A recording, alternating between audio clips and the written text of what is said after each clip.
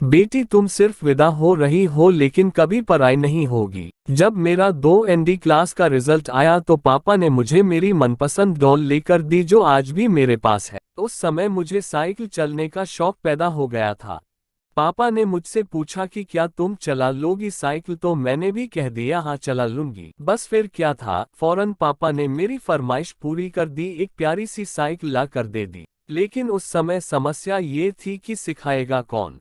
पापा अपने काम में बहुत बिजी होते थे और भाई अपने दोस्तों के साथ खेलने। कुछ दिन तो मैंने अकेले ही साइकिल सीखने की सोची लेकिन हर बार चोट लग जाती थी। अपनी बेटी को जख्म लगते देख पापा मुझे साइकिल सिखाने के लिए तैयार हो गए।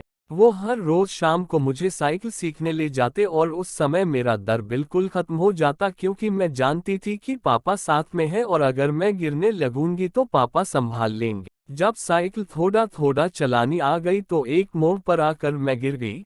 पापा थोड़ा दूर खड़े थे लेकिन भागते हुए और मुझे उठा लिया। घर जाते हुए पापा ने मुझे समझाया कि काजल बेटी, मैं हर वक्त तो तुम्हारे साथ नहीं रह सकता, कुछ काम तुम्हें खुद ही सीखने होंगे।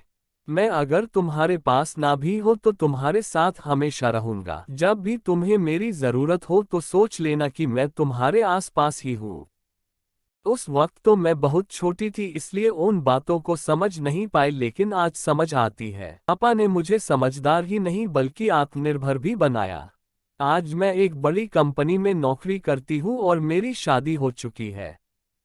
मैं अपने आप को बहुत खुशकिस्मत समझती हूँ क्योंकि मेरे पापा ने हमेशा मेरा साथ दिया। मेरे भाई और मुझ में कभी अंतर नहीं किया। उन्होंने हमें अपनी सीमाएं समझाए और खुद फैसला लेने की पूरी आज़ादी भी दी। जब अपनी शादी के दौरान विदाई का समय आया तो मेरे पापा ने मुझे गले लगाया और कहा, बेटी तुम सिर्फ विदा हो रही हो लेकिन कभी पराई नहीं होगी। मुझे आज भी याद है पापा के वो शब्द और सबसे ज्यादा खुशी इस बात से है कि वो आज भी मुझे कुछ न कुछ सिखाते रहते हैं जिससे मुझे अपनी जिंदगी बहुत आसान लगती है।